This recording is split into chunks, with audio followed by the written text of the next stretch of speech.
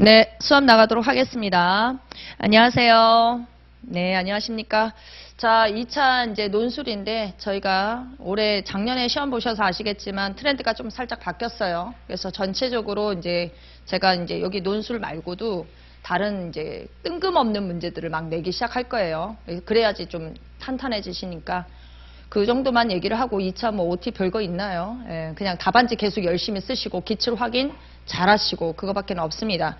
저희 교재 기출부터 확인하러 가죠. 331페이지 기출 가보세요. 기출 331페이지.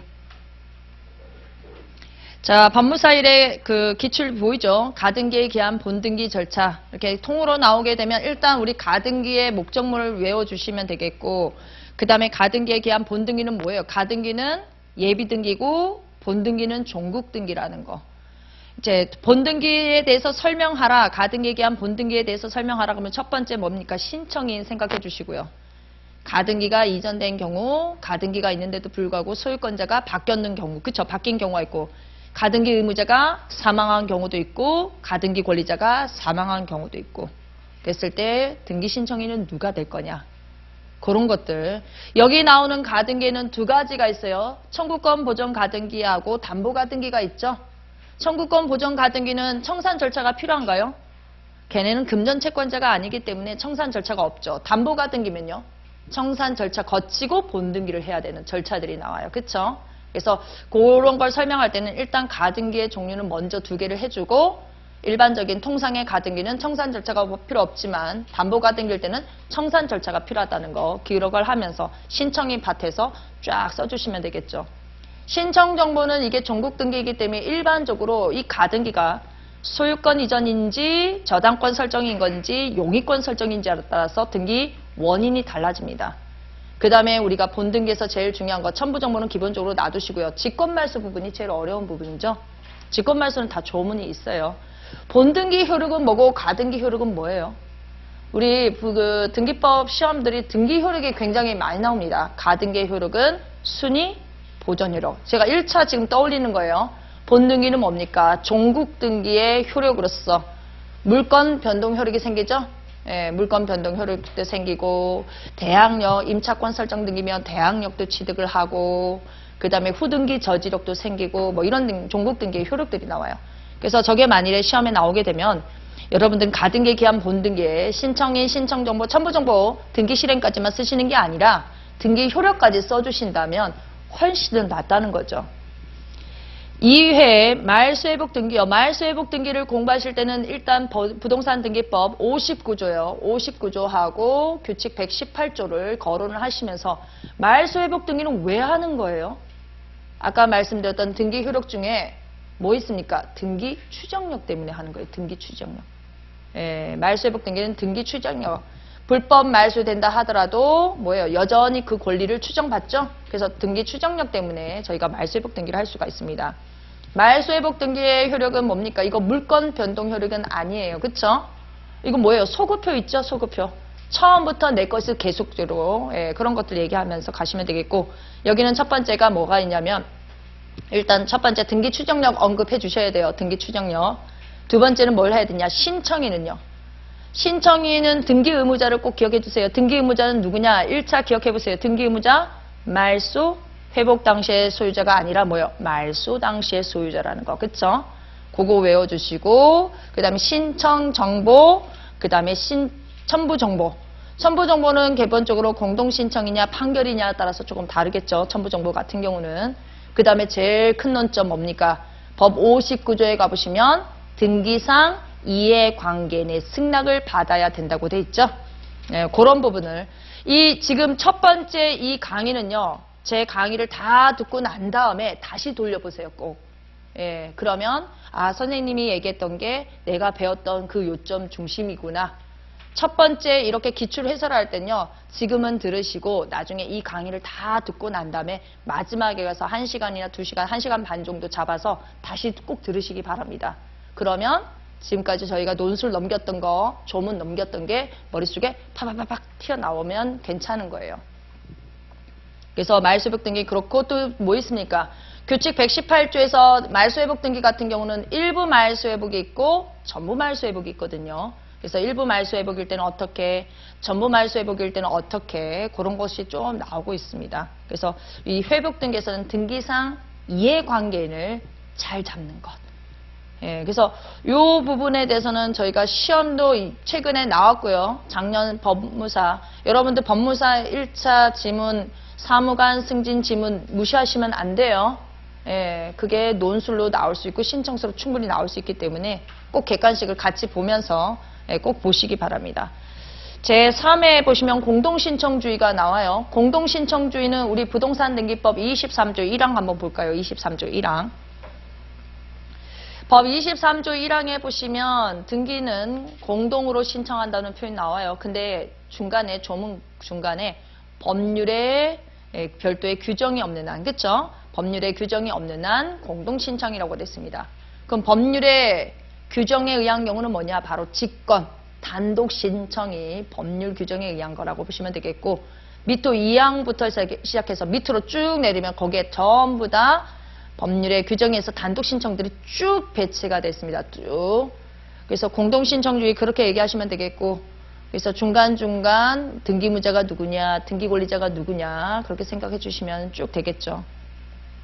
우리 공동신청주의 할 때 첫 번째, 신청 정보는 둘째 치고 첨부 정보는 공동신청에서 뭐가 문제가 되죠?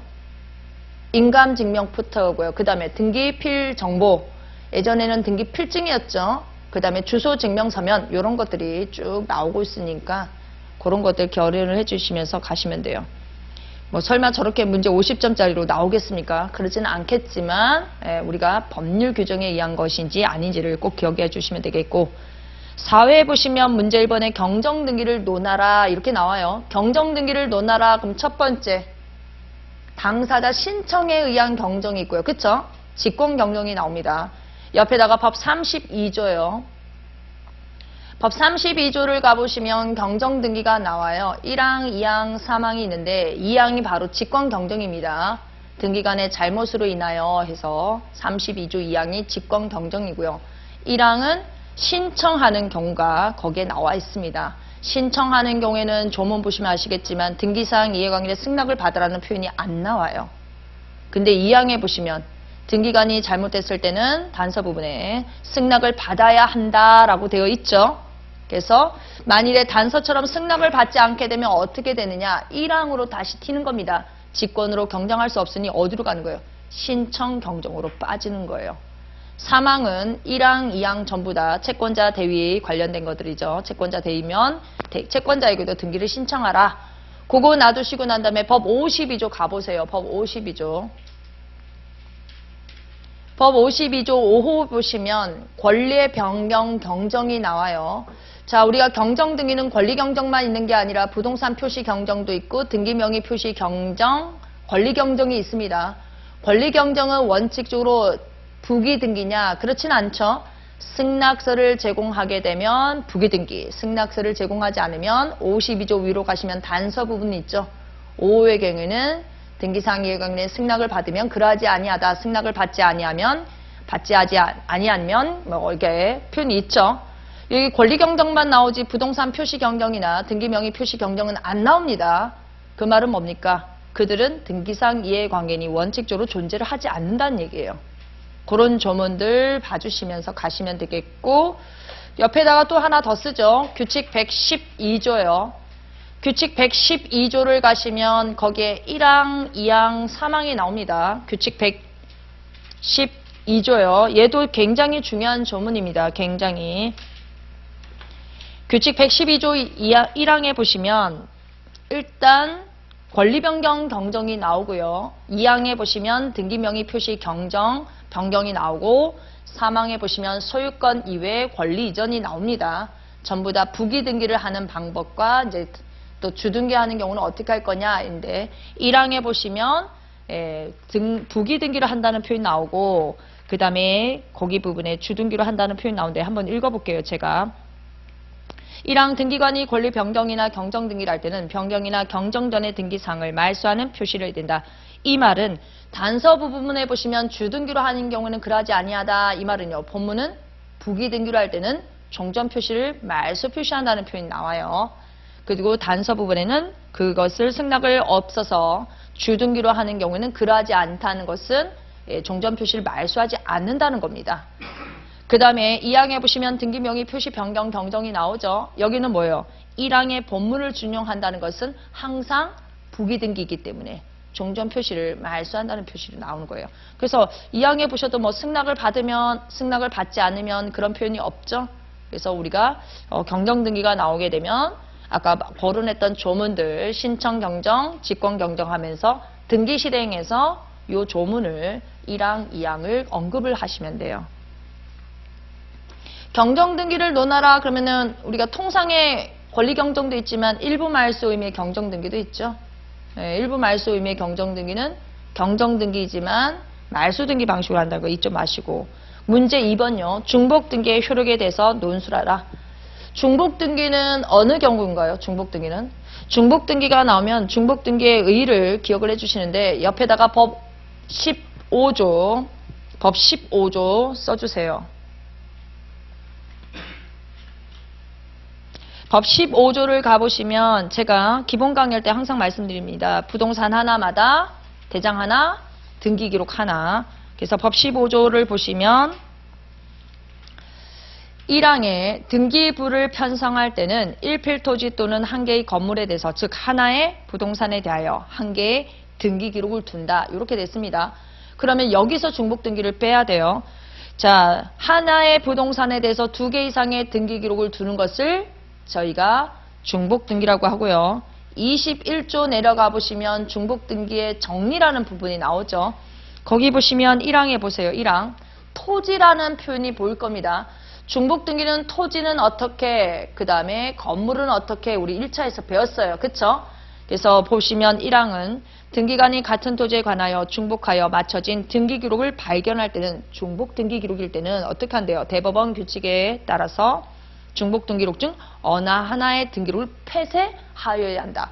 왜 폐쇄를 하는 거죠? 여기서 여러분들이 중복등기의 효력을 얘기해야 되는 거예요. 왜 폐쇄를 할까요? 원칙적으로 저희가 뭡니까? 폐쇄한다는 것은 그 등기기록 자체가 무효이기 때문에 그런 거죠. 무효이기 때문에. 그래서 폐쇄를 하겠죠. 그런 거 얘기해 주시면서 이제 설명을 하는 거예요. 그러면 토지는 그렇다 치고 어느 하나 중에 여기 보시면 어느 하나라는 표현이 있지 선 등기기록을 폐쇄한다, 후 등기기록을 폐쇄한다는 것은 규칙에서 나옵니다.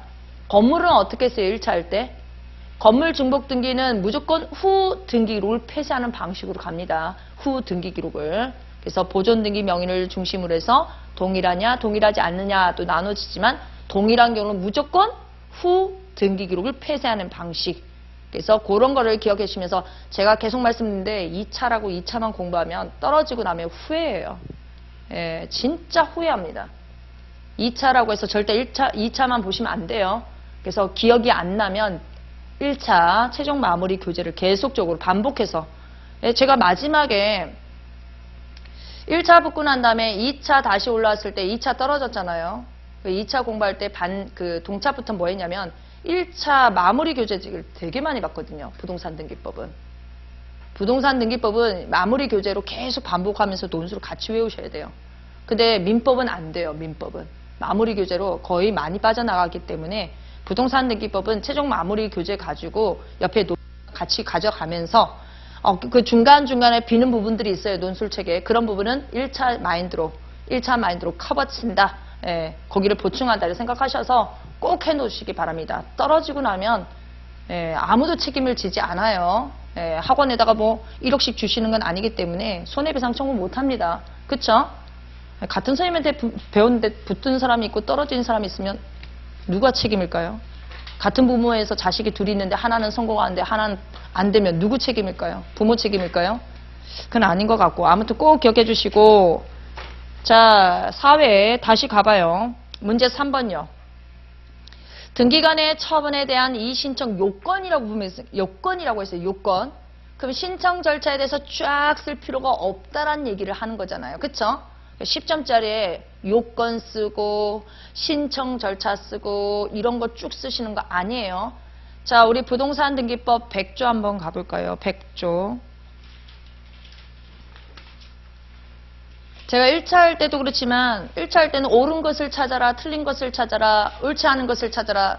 그거를 잘 봐야 돼요. 지금 문구는 분명히 요건을 쓰라고 했단 말이에요. 요건을. 그러면 거기에 백조를 잘 보시면 백조가 요건이 숨어져 있는 조입니다. 자, 한번 보겠습니다. 자, 백조 보시면 등기간의 결정 또는 처분에 이의가 있는 자는 관할 지방법원에 이의를 신청할 수 있다. 자, 앞쪽에가 있어요. 앞쪽에 등기간의 결정 또는 처분에 이게 저거고요. 두 번째는 이의 신청이네요.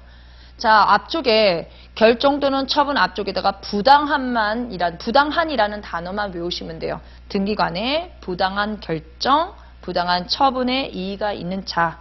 이의가 있는 자가 바로 이의 신청인이 되겠습니다. 그래서 결정하고 처분이 머릿속에 팍 와닿지 않으면 이 결정 부분은요. 각하결정을 생각하시면 돼요. 각하결정. 등기신청 각하결정은 누가 해요? 등기관이 하잖아요. 이 각하결정에 대해서 이의를 신청할 수 있는 사람은 누굽니까? 바로 등기신청인이에요. 그쵸? 처분에 대해서는 여러분들이 간과한 등기를 외워주시면 돼요. 그래서 간과한 등기는 어떻게 할 것이냐 그런 부분과 관련해서 저희 규칙 조문 가볼게요. 규칙 158조 한번 가보세요. 규칙 158조 쪽으로. 159조 조문 제목 봐주시고요. 159조 조문 제목 봐주시면 이미 맞춰진 등기가 뭡니까? 부당한 처분이에요. 이미 등기가 된 거죠. 그래서 관과한 등기에 대해서 1항, 2항, 3항이 나오는데 여러분들 1항과 3항을 잘 기억해 주시기 바랍니다. 이미 맞춰진 등기에 대해서 뭐예요? 법 29조 1호 및 2호의 사유로는 이게 이의신청 대상입니다. 직권말소요. 사건이 관할이 작거나 아니면 등기할 것이 불구하고 등기가 맞춰졌다. 거기에 나오면 등기가는 여기에 이의가 이유가 없다는 건 뭡니까? 이의 신청이 들어오면 거기에 대해서 어떻게 절차를 하겠다. 3항에 보시면 뭐예요? 이미 맞춰진 등기가 제3 29조 3호 이하다. 3호 이하는 뭡니까? 이의 신청 대상 아니에요. 그래서 이유 있다 없다와 관계없이 전부 다 어디로 넘겼어요? 그냥 법원으로 넘겨요. 그래서 아빠의 말씀드렸던 것처럼 법 100조 가지고 결정은 각하 결정에 대해서 그 다음에 처분에 대해서는 이렇게 규칙 159조 보시면서 관과된 등기가 이런 경우 그 다음에 이런 경우 그런 걸 생각해 주시면 돼요. 1항 같은 경우는 누가 이의 신청을 하나요? 관과된 등기가 1호, 2호이면 이미 등기가 맞춰졌기 때문에 등기 신청인 뿐만 아니라 누구도요? 등기상 이해 관계인도 이의를 할 수 있어요. 옆에 규칙 159조 1항 옆에다가 법 58조 써주세요. 법 58조. 그리고 난 다음에 법 58조 한번 가보시기 바랍니다. 법 58조 옆에다가는 규칙 159조요. 써두시면 나중에 시험장 가시면 나도 모르게 손가락이 돌아간다니까요. 법전 아끼지 마세요. 민소법 여기 학원에서 그 컨닝 아니냐 그런 거 하지 마시고 여러분들은 그냥 무조건 자꾸 조문을 이 조문 보고 다음 조문 모 조문 보고 이렇게 계속 머릿속에 지도를 그리셔야 돼요. 자, 법 58조 한번 가볼까요? 법 58조 조문은 직권말소 조문이죠.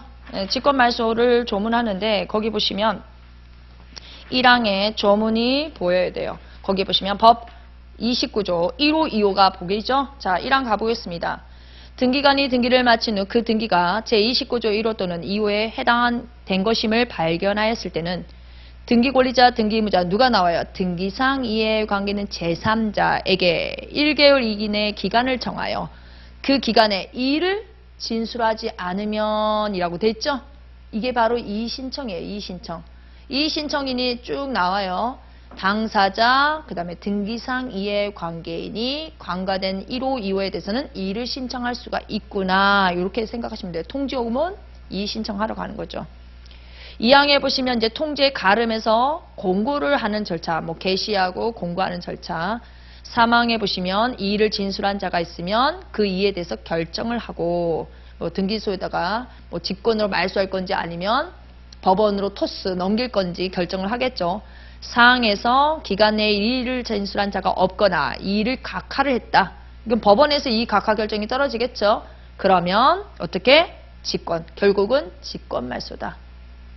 그래서 이런 부분이 같이 연결되는 겁니다. 규칙 158조는 1항, 3항 꼭 기억하셔서 거기다가 묶어서 예, 그렇게 떼워 넣어야 돼요. 그렇게 떼워 넣어야지 뭐 교재에 나와 있는 것처럼 외워서 그렇지는 않습니다. 신기한 건 붙기 전에는요, 합격하기 전에는 문 닫고 나가면 되지 하시는 분들이 붙고 나면요, 점수에 굉장히 민감하시더라고요. 몇 점 받았는지. 그건 의미가 없어요. 등기법은요, 제가 항상 말씀드리는데 등기법은 고득점을 제가 목표로 하는 건 아니에요. 제 강의를 고득점을 목표로 하신다는 거는 아닌 것 같아요. 저는 여러분들이 민사법이나 형사법을 공부할 수 있는 시간을 마련해 주는 사람이지 등기법이 메인 과목일 수는 없습니다. 그래서 등기법은 지금 합격하신 분들은 거의 60점대 가까이 돼요. 60점. 50 몇 점, 50점 후반대면 살짝 좀 힘들어요. 60점 넘어야 돼요. 그거는 등기 신청서하고 논술 합쳐서 60점이 넘어야 된다는 얘기예요. 등기 신청서하고. 그래서 그런 방어적인 목적으로 제가 강의를 하는 거지, 제가 뭐 100점 만점에 80점, 뭐 90점 이건 목적 아닙니다. 그래서 제 강의는 굉장히 간단해요. 그래서 여러분들이 시험장 가서 그 정도 점수 맞을 수 있을 정도밖에 안 해요. 제가 해본 사람 입장에서. 그렇게 해서 정리를 하시면 되겠고, 예, 아무튼 제가 아까 조문 뽑아드렸죠. 법 100조에서 등기관의 부당한 결정과 부당한 처분이 뭐냐 하나씩만 외우자. 각하 결정에 대해서 처분은 아까 규칙 158조 그래서 나누시고, 이의신청인은 각하는 누가 관가된 등기는 법 58조에서 등장하는 사람들. 그래서 그게 바로 이의신청의 요건이에요. 그러면 등기상 이해관계인이 누구냐 이런 부분만 더 외우시면 되는 거예요. 그게 우리 논술책과 다 있습니다. 제 4회 마저 가죠. 그래서 문제 3번 꼭 해서 뭘 써라? 요건이에요. 요건에 대해서 써야 되는데 신청 절차 죄다 쓰고 있으면 10점밖에 안 나와요. 10점도 제대로 못 쓰고 한 6점 나와요. 분명히. 왜냐하면 시간 안배가 안 되기 때문에. 그래서 요건이니까 요건까지만 쓰기. 제 5회 뭐 신청 절차 썼는데 점수가 잘 나왔다. 그러면요, 저걸 요건을 쓴 사람이 별로 없기 때문에 점수가 잘 나온 거예요. 그나마 쓴 사람 좀 더 주니까. 5회요. 자, 문제 1번 말소회복 등기는 됐고요. 문제 2번에 등기 신청 취하 절차가 나오죠. 취하 절차는 규칙 51조예요. 규칙 51조 가보세요.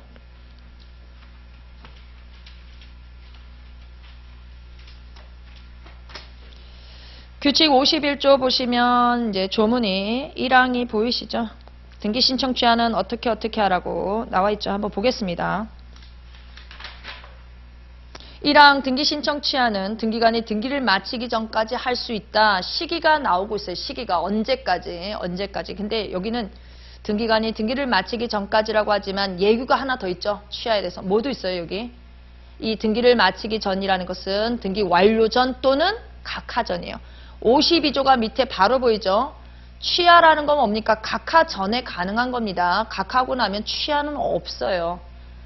예, 그래서 그 조문 보시고 2항 보시면 방법이 나오는데 1호는 뭡니까? 방문 신청할 경우에 취하 방식. 2호는 전자 신청을 할 때 취하 방식이 나옵니다. 1호 보시면 법 24조 1항 1호에 따른 등기 신청 이렇게 다 뺏겨 쓰지 마시고 가로로 쓰시면 돼요. 전자 방문 신청인 경우는 신청인 또는 그 대리인이 등기소에 출석을 하여 취하서를 제출하는 방법 나누셔야 돼요. 신청인 끊고요. 신청은 우리가 단독 신청, 공동 신청이 있죠. 그럼 공동 신청이면 취하는 어떻게 돼요? 공동으로 취하를 하는 거예요. 그 다음에 대리인이 나오죠.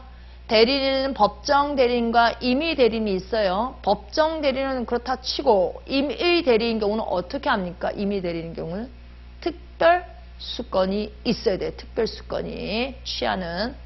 조문 보면서 외우세요. 꼭 조문 보면서. 시험장 가지고 교재 갖고 외우는 건 바보 같은 짓인 것 같아요. 제가 보면. 조문 갖고. 그래서 여기 안에 대리인은 임의 대리인데 그러면 신청인이 공동 신청이면 임의 대리인은 어떻게 돼요? 쌍방으로부터 뭐합니까? 특별 수건을 받아야 된다. 그런 것들을 암기해주시면 되겠고 출석을 하여라는 표현이 있고요. 취하서를 제출하는 방법이 있어요. 그럼 취하서를 제출하는 방법이면 저희가 등기소에 제출하면 등기관은 저희한테 뭘 줘야 되는 거예요? 우리가 처음 내는 신청정보하고 첨부정보 일치를 다 내줘야 되는 거예요. 취하를 하게 되면. 그래서 우리가 신청하는 부분만 취하서 내는 부분만 생각하지 마시고 그러면 등기관의 조치는 무엇일까? 거기까지가 논술의 전부예요. 그래서 말을 거기다 막 적는 거죠. 2호에 보시면 전자신청인 경우는 어떻게 됩니까? 전자신청인 경우는 전산정보 처리 조직을 이용하여 취하 정보를 전자문서로 등기소에 송신하는 방법이에요. 출석이 아니라는 얘기입니다. 그러면 이게 하는 방법이라면 등기관의 조치는 뭡니까? 1호하고 달라요. 저희가 등기소에다가 제출한 원본은 누구 손에 있어요? 저희 손에 있기 때문에 등기관은 저희한테 돌려줄 서류가 없습니다. 그래서 그런 부분들. 그래서 이렇게 치아를 보시면서 1항, 2항 가지고 여러분들이 계속 말을 만드는 거예요. 말을. 이 정도만 말을 만들어도 답안지를 쓸 수 있으니까 어떻게 그래서 논술 교재는 어떻게 되어 있는지 꼭 보시면 좋겠고 그 정도 보도록 하죠. 취하 부분 잘 봐주시고 조문 위치 확인하시고요. 쪼개서 얘기하시면 돼요. 쪼개서. 331페이지 가시죠. 다시. 제6회 2000년도죠. 대위등기에 관하여 설명하시오. 대위등기에 대해서 설명하라. 그러면 일단 법 28조요. 법 28조, 규칙 50조, 그 다음에 규칙 109조 2항. 그것만 있지 않아요. 그것만 있지 않아요. 수용 모의부터 해서 되게 많습니다. 일단 법 27조 가죠. 논술이 잘 안 외워주시는 분들은 논술 교재가 눈에 안 들어온다. 그럼 1차 교재 보세요. 네, 1차. 답안지 쓸 만큼만 제가 논술 교재를 만들었기 때문에 이것만 외우기 힘들다. 나는 너무 힘들다. 1차에다가 갑자기 2차는 안 되더라고요. 제 머리는. 머리가 돌머리였는지 몰라도 바로 안 되더라고요. 그래서 단박에 단기로 합격하시는 분들 보면 대단히 존경스러워요. 진짜로. 27조 가죠. 28조죠.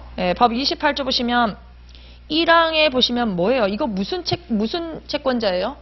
민법상 채권자 대위권에 관한 이야기가 나와요. 1항에서는. 그쵸? 그래서 채권자는 민법 404조에 따라 채무자를 대위하여 등기를 신청할 수 있다. 이건 민법상 채권자 대위면 이렇게 나오는 거예요. 채권자가 할 수 있다는 표현. 이거 말고요. 우리 법 99조 가볼까요? 법 99조 2항 좀 봐주시겠어요? 법 99조 2항. 96조 2항도 있어요. 96조 2항도. 자, 99조 2항에 보시게 되면 거기에 수용으로 인한 소유권 이전 등기가 나오는데 국가 또는 지방자치단체가 한다는 것은 사망이고 2항 보세요. 등기권리자는 제1항에 신청을 하는 경우에 등기명의인이나 상속인 그 밖에 포괄 승계를 뭐예요? 가름하여 라는 표현이 보입니까? 가름하여가 이거 채권자 대위하고 또 대위 등기잖아요. 대위. 가름하여 부동산 표시 또는 등기명의 표시 변경 병정 상속 그 밖에 포괄 승계로 인한 소유권 이전 등기를 신청할 수 있다. 여기에는 뭐예요? 부동산 등기법상 대위 등기가 나오고 있는 거예요. 부동산 등기법상. 96조 한번 가볼까요? 96조. 96조를 보시게 되면 관공서가 체납 처분으로 인한 압류 등기를 촉탁하는 경우에는 등기명인 또는 상속인 그 밖에 포괄 승계를 뭐라고 되나요? 가름하여. 여기도 부동산 등기법상 대위 등기가 나오고 있죠. 뒤로 앞으로 가시게 되면 저희 어디로 가시냐면 신탁 등기 가볼게요. 신탁 말소 가볼게요. 신탁 말소. 87조 4항이요. 87조 4항. 87조 4항에 보시면 신탁 등기 말소는 사망해서 수탁자가 단독으로 신청할 수 있다고 돼 있죠. 4항에 보시면 신탁 등기 말소 등기 신청에 관해서는 82조 2항 3항을 준용한다. 그래서 82조 2항 3항에 가보시면 2항 3항에 수익자와 위탁자가 등장을 할 거예요. 이것도 부동산 등기법상의 대위구나. 그래서 크게 나누셔야 됩니다.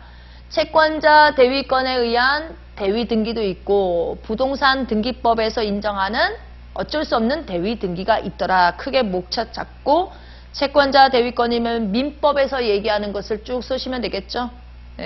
채권자 대위는 누구의 권리를 행사하는 거예요? 누구의 거예요? 채무자의 권리를 행사하는 거잖아요. 그쵸? 그래서 채무자에게 권리가 있느냐 없느냐가 굉장히 중요하다고 했죠. 그 다음에 채무자가 뭐예요? 채무자가 권리가 있는데도 불구하고 하지 않아야 되고 그 다음에 채권자는 뭐합니까? 채무자가 제출해야 되는 서류 채무자가 납부해야 되는 각종 세금 이거 다 납부해야 되죠. 그런 것도 같이 다 들어가셔야 돼요. 이거 만약에 채권자 대위로 상속등기 마쳤어요. 채권자 대위로 상속등기 마치면은 저희가 상속등기 할 때 취득세 내잖아요. 취득세 누가 내요? 채무자 측에서 낼 리가 없겠죠. 저희 취득세 안 내면 등기 안 되잖아요. 그럼 누가 내는 거예요? 채권자가 되잖아요. 채권자가. 그렇죠? 그래서 대위와 관련해서 최근에 논술이 나왔단 말이에요. 최근에. 등기 신청 준비를 하셔야 되겠죠. 채권자 대위는. 실무 가시면 채권자 대위 굉장히 많습니다. 그래서 채권자들이 대위로 상속 등기하는 경우가 굉장히 많아요. 실무에. 331페이지 그렇게 가보시고 문제 6회 문제 2번요. 등기사항에 관하여 약술하시오 이러면 법 3조하고요. 법 3조하고 그 다음에 법 52조 2호 규칙 52조 그렇게 써주시면 돼요. 자, 법 3조 한번 가보겠습니다. 등기사항은 법률 규정에 의한 법률에 있어야 되죠. 등기사항 우리 머릿속에 한번 신청정보하고 연결해 볼까요? 우리 신청정보에는 필수적 기재사항이 있고 임의적 기재사항이 있죠. 그쵸? 필수적 기재사항과 임의적 기재사항인데 그 앞쪽에 뭐가 있어요? 권리가 무슨 권리냐? 어떤 권리에 관한 거냐? 그런 게 나오잖아요. 법 3조 한번 보겠습니다. 법 3조에 보시면 거기에 권리들이 쭉 나와요. 자, 등기는 부동산 표시와 다음 각 후 어느 하나에 해당하는 권리에 보존, 이전, 설정, 변경, 처분, 제한 또는 소멸에 대하여 한다. 그러면서 1호부터 8호까지 권리가 쫙 나와요. 자, 다시 위로 보시면 부동산 표시는 뭐예요, 이거? 표제부에 대한 이야기고, 그쵸?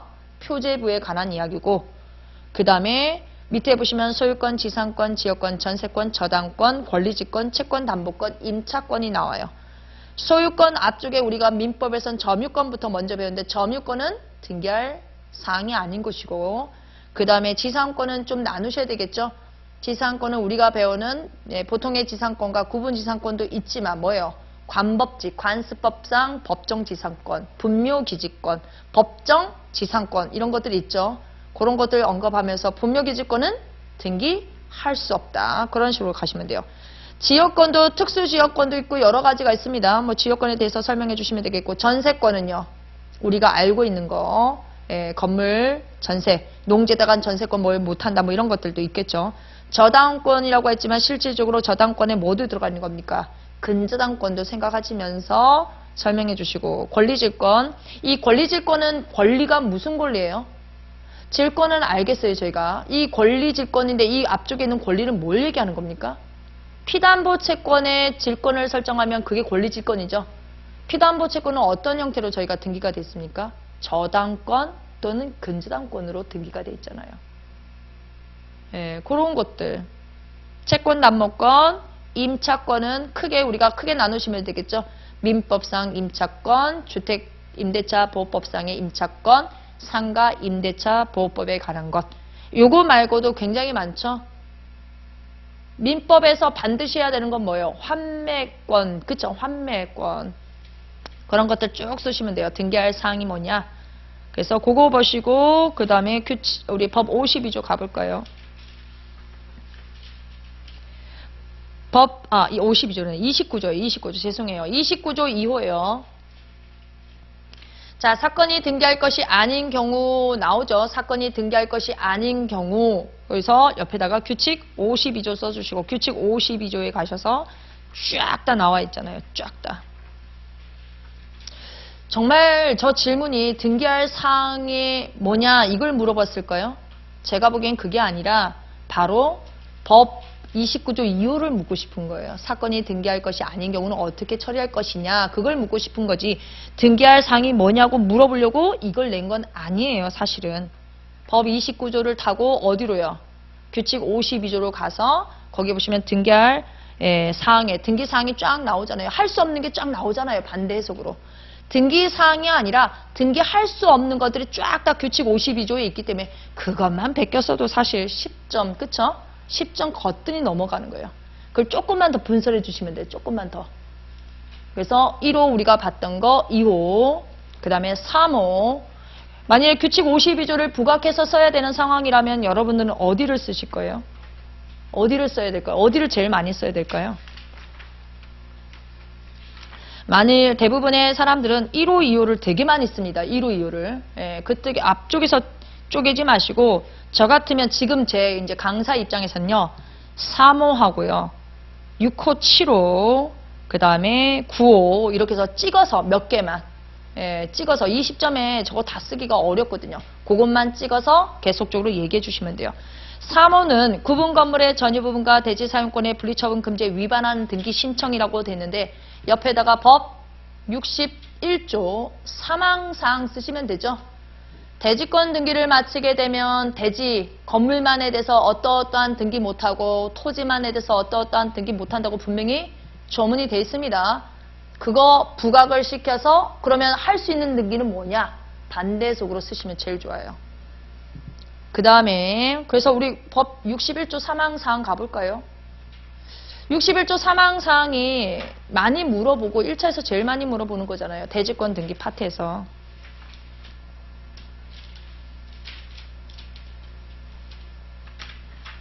(61조) 사망사항이요. 사망에 보시면 구분 건물 등기 기록에는 이게 건물 등기 기록이에요. 대지권이 등기된 구분 건물 등기 기록에는 건물만에 관하여 소유권 이전, 저당권 설정, 그 밖에 이와 관련이 있는 등기는 할 수가 없다. 그 밖에 이와 관련이 있는 등기 안에는 압류, 가압류, 경매, 환매 특약 이런 건 안 된다고 제가 분명히 말씀드렸어요. 그러면 이 사망에 반대해서 대지권 등기가 된 구분 건물이라고 하더라도 건물만에 대해서 무슨 등기를 할 수 있어요? 가처분, 용의권 이런 건 할 수 있잖아요. 그쵸? 우리 1차 했었던 거 단순하게 생각해 주셨으면 좋겠어요. 대지권 말소하지 않고 가처분도 할 수 있고 대지권 말소하지 않고 뭐도 할 수 있다? 용의권도 할 수 있다. 건물에 할 수 있는 용의권은 뭐가 있어요? 건물에 할 수 있는 용의권? 일단 지자가 들어가는 건 다 빼야 되겠죠? 그쵸? 전세권과 임차권은 가능하잖아요. 전세권과 임차권. 사항요. 토지 소유권이 대지권인 경우에 대지권이란 뜻의 등기가 되어 있는 어디요? 토지 등기록이 키워드예요. 대지권 등기가 맞춰진 무슨 등기요? 토지 등기 기록에는 소유권 이전 저당권 설정 그 밖에 이와 관련이 있는 등기를 할 수 없다. 이 그 밖에 앞에서 말했던 거 똑같아요. 가압류, 압류, 경매 개시 결정, 환매 특약 등기 이런 거 안 돼요. 그러나 뭐는 할 수 있어요, 저희가. 아까 용의권이라든가 가처분 등기는 할 수 있다. 그걸 가지고 부각하게 되면 제가 읊은 것만 해도 지금 그쵸? 몇 줄이 되는 거예요, 도대체. 5항 같은 게 나올 수도 있어요, 5항. 지상권, 전세권, 임차권이 대지권인 경우에는 제4항을 준용한다. 그럼 제4항은 보시면 제4항이 뭡니까? 토지 등기록의 지상권, 전세권, 임차권이 이게 대지 사용권이다. 그러면 5항을 준용한다고 하는데 5항을 어떻게 적용할 거냐? 4항에 있는 소유권을 빼버리고요. 4항에 있는 소유권을 빼버리고 거기다 뭘 갖다 넣으면 되냐면 지상권, 전세권, 임차권을 갖다 끼워 넣으시면 돼요. 되셨나요? 지상권, 전세권에는 저당권을 설정할 수가 없고, 그쵸? 만약에 대지 사용권이 임차권은 원칙적으로 저당권이 안 되잖아요. 그쵸? 저당권 설정 못 하죠. 그래서 조문을 그런 식으로 응용을 하셔서 쓰시면 되겠습니다. 나머지는 보지 않겠고요. 331페이지 다시 가죠. 제7회 예고 등기는 됐고요. 문제 2번요. 등기 원인을 증명하는 서명을 설명하시오. 등기 원인을 증명하는 서면을 설명하시오. 등기 원인 증명 서면은요. 신청서 머릿속에 떠올리시라고 했어요. 제가. 신청서 우리 한번 보러 갈게요. 뒷째 페이지 보시면 법행 기출 뒤로 가시면 349페이지요.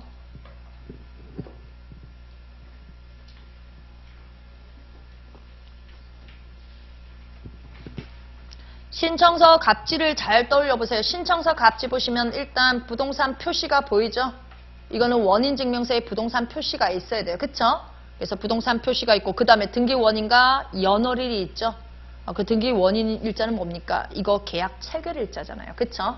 앞쪽에 2017년 4월 10일은 매매 계약을 체결한 날짜고요. 뒤에는 뭡니까? 이 등기 원인 증명서면이 매매 계약서라는 걸 알 수가 있어요.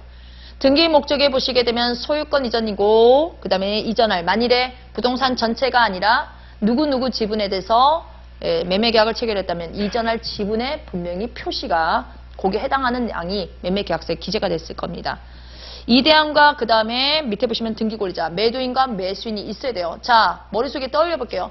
매매계약서에는 일단 부동산 표시가 있어야 되겠고요. 그 다음에 매매 금액이 뭡니까? 여기 거래가액이라는 게 매매 금액이죠. 그 다음에 계약 체결일자가 나와야 돼요. 반드시. 그 다음에 이전할 지분은 뭐예요? 만일에 지분이면 지분을 특정해 줘야겠죠. 그 다음에 다섯 번째는 뭡니까? 매도인과 매수인의 인적사항이 매매계약서에 반드시 있어야 돼요. 이게 만일에 판결정본이라면 어떻게 돼요? 판결정본도 똑같습니다. 판결정본도 첫 번째 부동산 표시, 주문에 부동산 표시 있어야 되겠고요. 두 번째 뭡니까? 거기에 만일에 매매계약일과 매매계약 체결일자가 있다면 써주지만 없다면 우리가 확정 판결 때는 어떻게? 판결 선고일, 이행 판결도 어때? 그런 게 나오고 등기 목적 반드시 소유권 이전인지 근저당 설정인지 분명히 나와야 되겠고 필수 기재사항이 반드시 있어야 되겠고 뭐 있어야 돼요? 원고, 피고 당연히 있어야 되겠고 등기 원인 증서를 그렇게 쓰시는 거예요. 원인 증서 정면으로 공부한 적은 없잖아요. 그럼 응용을 해야 되는데 뭘 떠올린다? 신청서 갑지.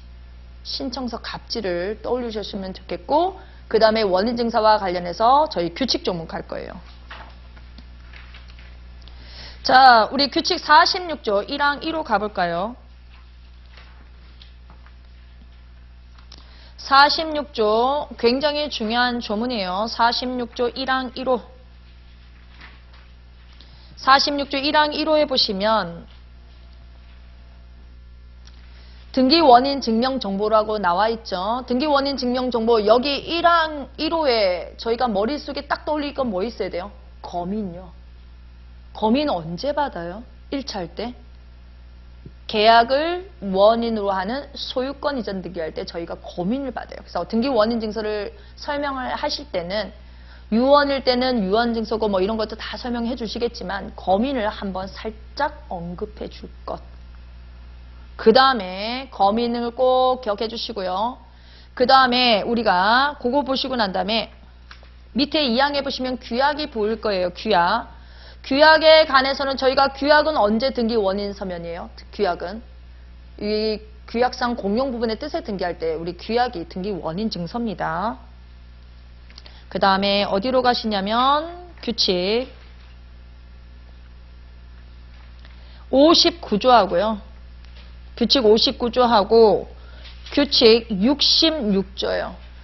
59조는 단순하게 첨부서면이라는 표현이 나오고요. 규칙 66조 가시면 등기 원인 증서 반환이라는 표현이 나와요. 자, 등기 원인 증서 반환을 보시면 1항을 보세요. 66조, 규칙 66조. 신청서에 첨부된 제46조 1항 1호의 정보를 담고 있는 서면이 법률 행위로 성립을 증명하는 즉 각종 계약서. 그 다음에 그 밖에 대법원 예규로 정하는 서면, 규약 뭐 이런 것들 있죠. 그런 경우일 때는 등기관이 등기를 마친 후에는 이를 신청인에게 돌려주어야 한다. 2항 등기를 마친 때로부터 3개월 이내에 수령하지 않을 때는 폐기 처분하는구나. 돌려주어야 한다고 분명히 조문에 되어 있습니다. 그런데 등기 원인 증명서면이 규칙 59조예요. 첨부서면 원본 환부 청구하는 경우가 나오는데 1호, 2호 보세요. 1호, 2호. 자, 아래의 것은 첨부 정보로 제공하지 못한다. 이렇게 나와 있어요. 1호 보시면 등기 신청 위임장 46조 1항 8호가 자필 서명 정보예요. 자필 서명 정보. 그 다음에 옆에 보시면 확인 정보를 담고 있는 서면 등 해당 등기 신청만을 위한 작성한 서류 빼고요. 2호가 중요해요. 2호. 저희가 상속 등기하면 상속 증명서면 있죠. 기본 증명서, 가족관계 증명서, 말수자 초본 이딴 거 있잖아요. 그건 등기 원인 증명서면이라 하더라도 돌려주지 않아요. 별도의 방법으로 다시 취득할 수가 있기 때문에. 만일에 등기 원인 서면이 판결 정보이면 어떻게 해야 돼요? 원본 환부를 청구할 수가 있는 것이고, 이렇게 등기 원인 서면인데도 불구하고 가족관계 증명서, 등기명의 표시 변경의 등기 원인 서면은 뭐예요? 개명하면 기본 증명서잖아요. 주소가 변경되면 주민등록 등초본이죠. 법인이 주소를 변경하면 법인 등기 사항 증명서가 등기 원인 서면이겠죠. 그런 건 뭐다? 돌려주지 않는다. 환부 청구할 수 없다는 것을 안 돌려준다는 얘기예요. 그래서 조문을 중심으로 규칙 46조 1항 1호, 그 다음에 규칙 66조, 규칙 59조 이렇게 순서대로 타면서 원인 증명서는 어떤 내용이 있어야 되겠냐, 그 다음에 검의는 언제 받는 거냐, 그런 것들 쭉 쓰시면서 조문을 따라서 가시면 돼요. 그래서 자꾸 봐야 돼요. 예, 지도예요, 지도. 지금 지도를 알려드리는 거예요, 제가 지름길을. 나중에 수업 다 듣고 나면, 이거 듣고 나면 조금 더 나으실 거예요. 그 다음 뒤로 가셔서 332페이지요. 2002년 보시면 판결에 의한 등기 신청이 나오죠. 예, 판결에 의한 등기 신청은 양이 많기 때문에 일단 패스. 문제 2번요. 등기관의 심사권에 관해서 약술하시오. 자, 등기관은 형식적 심사 권한밖에 없죠. 예, 형식적 심사 권한밖에 없다 하면서 우리가 판결 생각하시면 제일 빨라요. 이거 시험에 나오지 않았나요? 예, 등기관은 어디까지요? 판결이면 어디까지 심사합니까? 판결 주문. 예외 어디까지? 판결 이유. 예, 그게 부분이 나왔잖아요. 9회예요, 9회. 소유권 보존 등기 명인이 될 수 있는 자. 명인이 될 수 있는 자 하면 누굽니까? 옆에다가 법 51조예요. 아, 법 65조예요. 법 65조.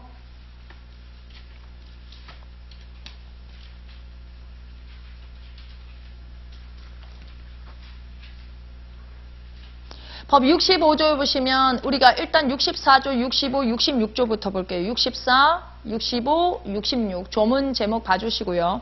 65조는 보존등기 신청인, 신청에 의한 보존등기가 나오고요. 66조는요.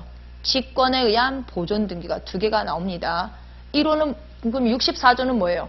64조는 65조의 경우에도 등기 원인과 연월일을 기재하지 않고 직권 보존 등기일 때도 등기 원인과 연월일을 등기록에 기록하지 않는다가 예, 거기에 해당하는 거예요.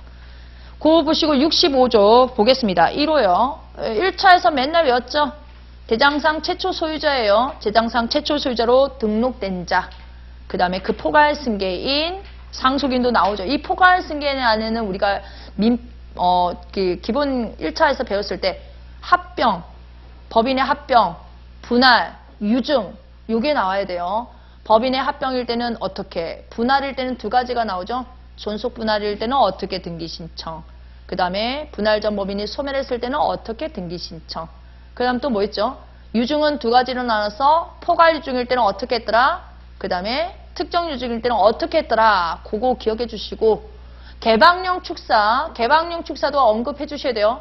개방용 축사는 축사특례법에 의해서 네, 거기에 맞춰지는 것들이 있고요. 또 하나, 대장상 최초 소유자이기 때문에 조문에 맞춰서요. 이전 등록을 받은 자는 안 된다는 거. 그쵸?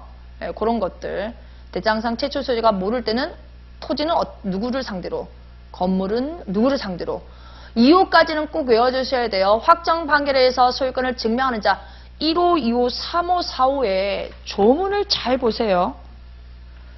1호, 2호, 3호, 4호에 조문을 잘 보시게 되면 거기에 소유권을 증명하는 자, 소유권을 증명하는 자, 소유자로 등록된 표현이 보이죠? 1호는 소유자로 등록된 자, 2호는 소유권을 증명하는 자, 3호는 소유권을 취득하였음을 증명하는 자, 4호는 소유권을 증명하는 자. 그럼 우리가 건물이나 토지 같은 경우는 보존 등기를 하게 되면 등기 기록이 양식 중에 표제부하고 갑구가 만들어지죠? 그럼 여기는 무엇을 증명하는 거예요? 갑구만 증명하는 거예요. 갑구만. 그쵸? 갑구만 증명하는 거예요. 갑구, 소유자만. 그런 거 생각하시고 우리가 부동산 표시에 관한 증명서면은 우리가 확정 판결일 때는 반드시 뭘 갖고 그랬어요? 건축물 대장이 생성돼 있어야 된다. 그런 얘기를 했단 말이에요. 그런 것들. 그 다음에 66조 직권 보존 등기가 있다는 거 봐주시고 또 하나 65조 옆에다가 또 하나 더 쓸게요. 보존 등기를 신청할 수 있는 사람. 저희 부동산 등기법 47조 2항이요. 47조 2항. 그 다음에 옆에다가 법 46조 1항 2항 써주시고요. 47조 2항부터 보겠습니다. 47조 2항.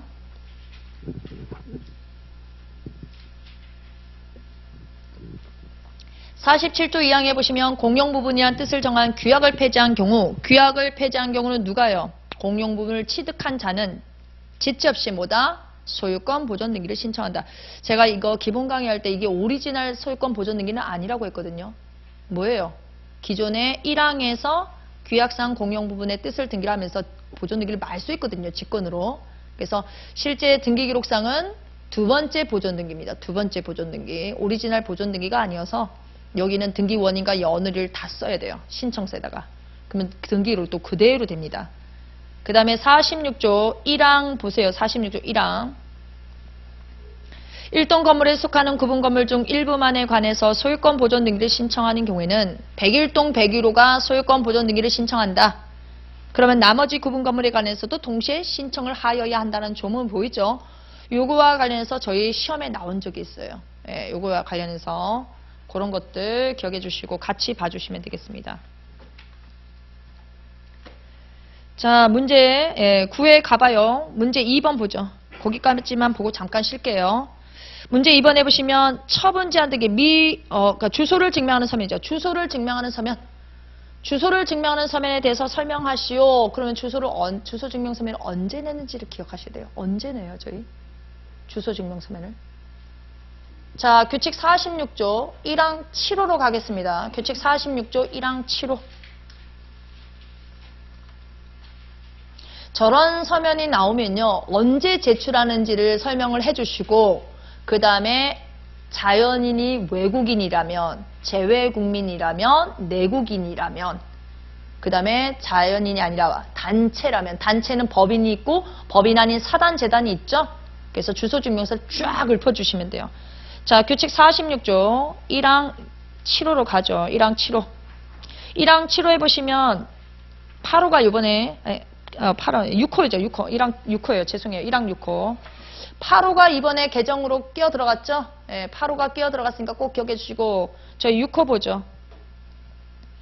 등기 권리자 가로 보시면 새로 등기 명인이 되는 경우에 한정한다고 됐죠. 새로 등기 명인이 되는 등기 권리자의 주소 및 주민등록번호 증명 정보를 제공하고 다만 소유권 이전 등기를 신청하는 경우인데 조문에는 신청이지만 제가 뭐라고 하던가요? 공동 신청일 경우에만 등기 의무자의 주소 증명 서면을 제공하는 겁니다. 자, 앞쪽에 등기 권리자가 새로 기록되는 경우는 어떤 경우예요? 보존 등기할 땐 당연히, 이전 등기할 때도 당연히, 설정 등기할 때도 당연히, 그쵸? 변경 등기하는 경우도 있죠? 변경. 일부 말소임의 경정, 단독이었다가 공유로 가면 새롭게 끼어 들어가는 사람이 있잖아요. 그런 경우. 그럼 말소 등기할 때는요? 필요가 없어요. 말소 회복 등기할 때는요? 말소 회복 등기할 때 필요할까요? 안 필요할까요? 필요해요. 왜냐하면 새롭게 올라가잖아요. 그 사람 이름이. 말소될 당시의 주소하고 현재 주소가 다를 수 있죠? 저희가 제공해야 되는 겁니다. 뒷부분. 소유권 이전 등기를 공동 신청할 때 등기 의무자의 주소 증명 서면이기 때문에 단독 신청일 때는 원칙 안 내요. 그럼 뭐 단독 신청이 뭐가 있어요? 대표적인 거? 상속. 상속일 때는 저희가 원칙적으로 피상속인의 주소 증명 서면 안 냅니다. 저희가 왜 제공해요? 근데 동일인 증명 서면으로 등기 의무자의 주소 증명 서면을 낸다는 걸 나중에 배우시게 될 거예요. 그래서 요 조문을 가지고 주소 증명 서면은 뭐뭐냐? 외국인은 어떤 거? 내국인은 어떤 거? 재외국민은 뭐? 법인인 경우는 간단하죠. 법인 등기 사항증명서. 법인 아닌 사단, 재단인 경우는 주소증명서면이 두 가지가 나와야 됩니다. 왜요? 단체에 관한 주소가 있고 대표자 개인 주소를 저희가 기록을 해야 되기 때문에 주소가 증명서면이 두 개가 나와야 된다. 그래서 그런 것들 우리 부동산 등기법 48조 한번 가볼까요? 48조가 아니요. 규칙 48조예요. 죄송해요. 규칙 48조예요. 첫날이라 진짜 워밍업이 잘 안 돼 있네요. 제가 48조 가보시면 4호가 눈에 띄셔야 돼요. 4호. 대표자의 주소 및 주민등록번호를 증명하는 정보. 단체 주소증명서면은 어디 있을까요? 법인 아닌 사단, 재단의 주소증명서면 뭐예요? 원칙? 단체. 정관이요. 1호에 정관 있죠? 정관에는 뭐가 있습니까? 이 단체 사무소 소재지가 있고요. 그 다음에 대표자의 주소증명서면은 4호예요. 4호. 그래서 정관도 때로는 뭐가 될 수 있다? 주소 증명서민이 될 수가 있다. 4호. 이렇게 내려가시면 돼요. 이게 일반적으로 여러분들이 그냥 한번 읽고 쭉 넘어간 거고 서술로 하려면 이게 죽음이에요. 죽음. 한 번씩은 써보셔야 돼요. 이것만 쓰는 게 아니라 대장을 제출하는 경우는 어떤 경우냐, 인감증명은 어떤 경우에 제출하느냐, 등기필 정보는 어떤 경우에 제공하느냐, 제공하지 않느냐, 제공할 수 없는 경우 이런 거 막 외우시는 겁니다. 그래서 그런 거, 이 부분을 주소증명서면을 잘 해둬야 되는 것은 논술도 있지만 뭐가 있어요, 저희가? 신청서. 그래서 1차에서 배웠던 것처럼 외국인 쫙 다 외운다는 거는 불가능하니까 거기에 맞춰서 여러분들이 보시면 되겠습니다. 잠깐 쉬었다가 저희 하도록 하죠.